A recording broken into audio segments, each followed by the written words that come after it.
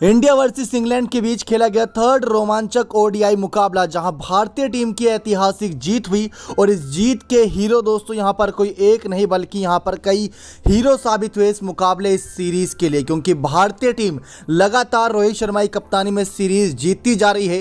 रोहित शर्मा के बल्ले से भले ही रन ना आ रहे हो, विराट कोहली के बल्ले से रन ना आ रहे हो, लेकिन युवा खिलाड़ी और साथ ही साथ एक्सपीरियंस खिलाड़ी का जो मिश्रण देखने को मिल रहा है वो पूरी दुनिया को, पूरे क्रिकेट जगत को दंग करे है। और इस मुकाबले को जिस तरीके से भारतीय टीम ने इंग्लैंड की झोली से छीना, देखने लायक चेहरा था जॉस बटलर का, जब ऋषभ पंत ने शानदार चौका जड़कर लास्ट में मैच जिताया भारतीय टीम को। जी हां, 259 रन ही चेस करना था। अगर देखा जाए तो इस समय टी20 फॉर्मेट और ओडीआई फॉर्मेट के हिसाब से कोई बड़ा स्कोर नहीं था, लेकिन इंडिया के सामने जो चुनौती रख दी थी इंग्लैंड की टीम ने, शुरुआती 3 झटके जो लगे थे उसके बाद मुकाबला फंस चुका था। लेकिन भारतीय टीम के इरादे मजबूत थे और उसको तोड़ पाना बहुत मुश्किल नहीं, नामुमकिन था।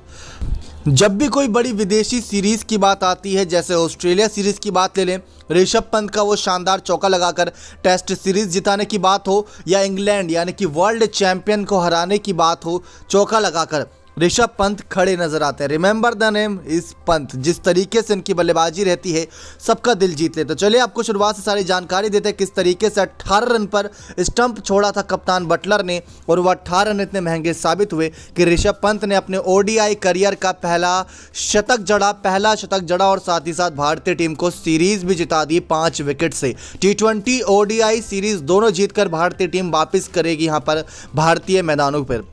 सारी जानकारी दोस्तों, पहले अगर आप चैनल पर नए हैं, सब्सक्राइब नहीं किए तो जल्द से जल्द चैनल सब्सक्राइब कर दीजिए ताकि आप ऐसे ही लेटेस्ट अपडेट पा सकें। इंडिया वर्सेस इंग्लैंड के बीच इस शानदार मुकाबले का अंत मैनचेस्टर के मैदान पर हुआ, जहां पर भारतीय टीम ने टॉस जीतकर आज गेंदबाजी करने का डिसीजन किया था। और सबसे बड़ा झटका तो भारतीय टीम को ही लगा था, क्योंकि जसप्रीत बुमराह नहीं खेल रहे थे, जिन्होंने पहले मुकाबले में 6 विकेट, दूसरे मुकाबले में शानदार गेंदबाजी करी थी और तीसरे मुकाबले में मौजूद नहीं थे। लेकिन इनकी गैर मौजूदगी में सिराज को खिलाया गया और वो भी पूरी तरीके से असरदार साबित रहे। बाकी सब सेम प्लेइंग 11 थी। रोहित शर्मा, शिखर धवन, विराट कोहली, सूर्य कुमार यादव, ऋषभ पंत, हार्दिक पांड्या, रविंद्र जडेजा, मोहम्मद शमी, सिराज, चहल और प्रसिद्ध कृष्णा देखने को मिले। तो इंग्लैंड की प्लेइंग 11 में Jason Roy, Jonny Bairstow, Joe Root, Ben Stokes, Jos Buttler, Liam Livingstone, Moeen Ali, Craig Overton, David Willey, Brydon Carse, Reece Topley हमें इंग्लैंड की प्लेइंग 11 में देखने को मिले। दमदार दोनों तरफ से प्लेइंग 11 थी, लेकिन टॉस जीतकर इंग्लैंड की टीम टॉस जीतकर इंडिया की टीम ने पहले गेंदबाजी चुनी और इंग्लैंड को पहले बल्लेबाजी आना पड़ा मजबूरन इस मैनचेस्टर के मैदान पर। अब आपको बता दें 3:30 पर यह मुकाबला शुरू हुआ, लेकिन इसका अंत जिस तरीके से हुआ, रात का रोमांच एकदम, जो बिल्कुल चौके पे चौके, छक्के पे छक्के देखने को मिले ऋषभ पंत के अंतिम समय में, उसने सबका दिल जीत लिया। क्योंकि एक समय पर पंत 70 के स्ट्राइक रेट से बल्लेबाजी कर रहे थे। इंग्लैंड की बल्लेबाजी की बात करें तो कप्तान बटलर, जो कि बड़े मैच के बड़े प्लेयर हैं, उन्होंने आज यहां पर कमाल की पारी खेली। जेसन रोय ने जहां अपनी टीम के लिए आज 31 गेंदों में 41 रन बनाए 7 चौके की बदौलत, तो जॉनी बेस्टो और साथ ही साथ जो रूट, दोनों बल्लेबाज फ्लॉप रहे। जॉनी बेस्टो की बात करें, जॉनी बेस्टो बहुत ताबड़तोड़ अंदाज में टेस्ट सीरीज में दिख रहे थे, बैक टू बैक 100 लगाए थे, लेकिन इस ओडीआई सीरीज में इनका बल्ला खामोश रखने में भारतीय टीम कामयाब रही। कभी जसप्रीत बुमराह तो कभी हार्दिक पांड्या तो कभी सिराज। हार्दिक पांड्या की भी तारीफ खूब बनती है, पंत का शतक तो चर्चाओं में है ही, लेकिन हार्दिक पांड्या का ऑलराउंडर प्रदर्शन, अगर हार्दिक पांड्या नहीं होते तो शायद ये मैच भारतीय टीम नहीं जीत पाती और ऋषभ पंत को भी हौसला नहीं मिलता बल्लेबाजी का। हार्दिक पांड्या ने ही जीत की नींव रखी। जॉनी बेस्टो और जो रूट का एक ही ओवर में 2 विकेट लेकर सिराज ने यह साबित कर दिया कि उनका ज़्यादातर बेंच पर नहीं बल्कि मैदान के अंदर होना चाहिए।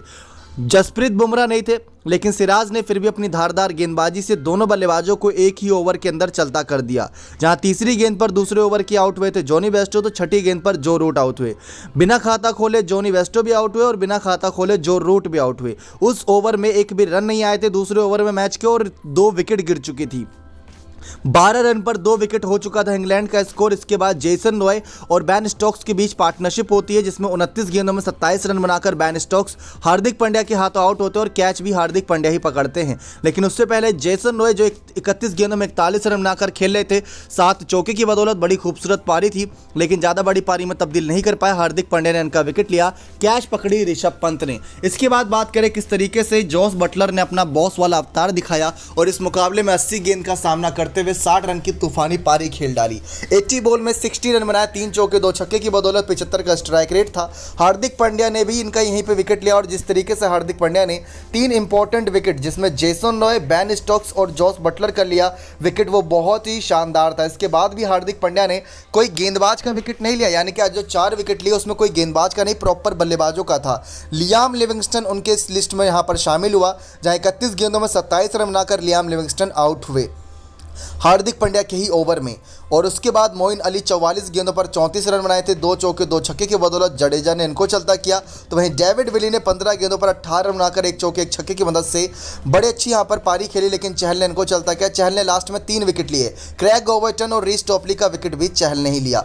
जहां 4 विकेट यहां पर 7 ओवर में 3 ओवर मेडन देकर 24 रन दिए हार्दिक पांड्या ने और 4 इंपॉर्टेंट विकेट चटकाए। तो वहीं 3 विकेट चहल ने, 2 विकेट सिराज ने और 1 विकेट रविंद्र जडेजा ने चटकाए। शुरुआत में तो 4 ओवर में हार्दिक पांड्या के 3 मेडन ओवर थे और एक ही ओवर में सिर्फ 2 रन आए थे और यहाँ पर करीब 2 या 3 विकेट वो चटका चुके थे। इस हिसाब से वो गेंदबाजी कर रहे थे और ये गेंदबाजी का आंकड़ा देखकर हर कोई दंग था।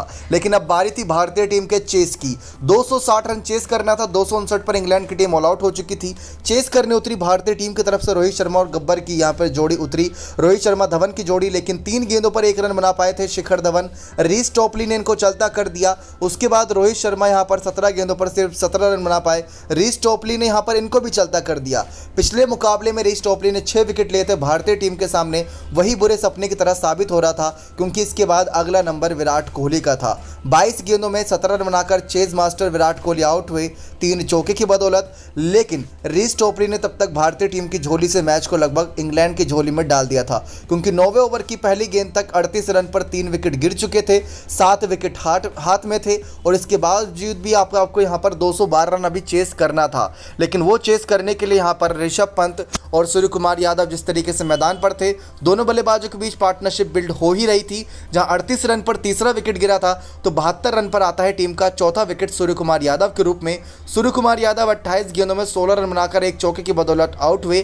क्रैग ओवर्टन ने इनका विकेट लिया तो जॉस बटलर ने कैच पकड़ा।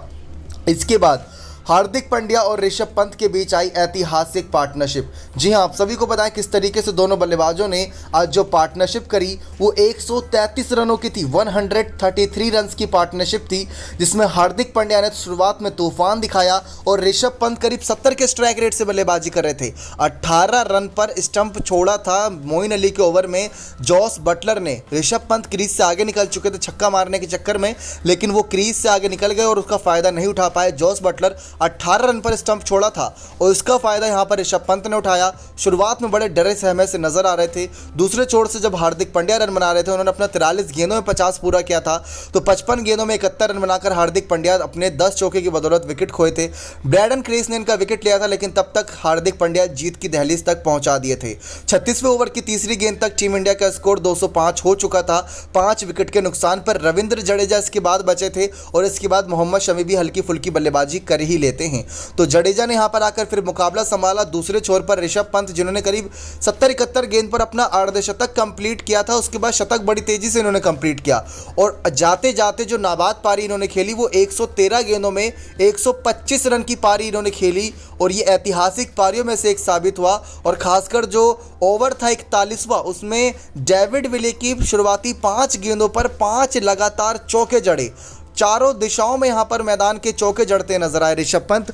जिस ऋषभ पंत का स्कोर 89 रन तक, मतलब 100 गेंद खेलकर 89 रन बनाए थे, वो ऋषभ पंत 113 गेंदों में 125 रन बना पाया। 16 चौके 2 छक्के और 110 के स्ट्राइक रेट की बदौलत नाबाद पारी खेली। मतलब बहुत ही ज़्यादा एक खूबसूरत पारी थी ऋषभ पंत की। Rishabh Pant always science in a series decider. जब भी कोई बात आती है डिसाइडर सीरीज की, चाहे गाबा की मैदान की बात करें 2021 में जब 89 रन की पारी खेली थी, या मैनचेस्टर की बात करें तो मैनचेस्टर में इन्होंने अपना ओडीआई करियर का पहला शतक लगाया। इससे पहले ऋषभ पंत ने, इनका जो हाईएस्ट था वो करीब 85 था, लेकिन शतक लगाया और साथ ही साथ चौका मारकर 261 का स्कोर पार करा और 43वें ओवर की पहली गेंद पर यहां पर भारतीय टीम ने जीत की पूरी स्क्रिप्ट लिख दी 5 विकेट से और भारतीय टीम यह मुकाबला जीत गई।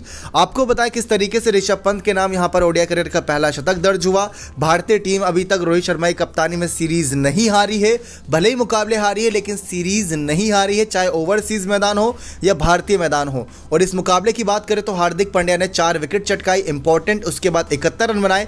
तो मैन ऑफ द मैच के प्रबल दावेदार वो, उसके बाद यहाँ पर ऋषभ पंत, दोनों की दमदार पारी से यहाँ पर भारतीय टीम ने मुकाबला जीत लिया 5 विकेट से, और ये सीरीज भी 2-1 से अपने नाम कर ली भारतीय टीम ने।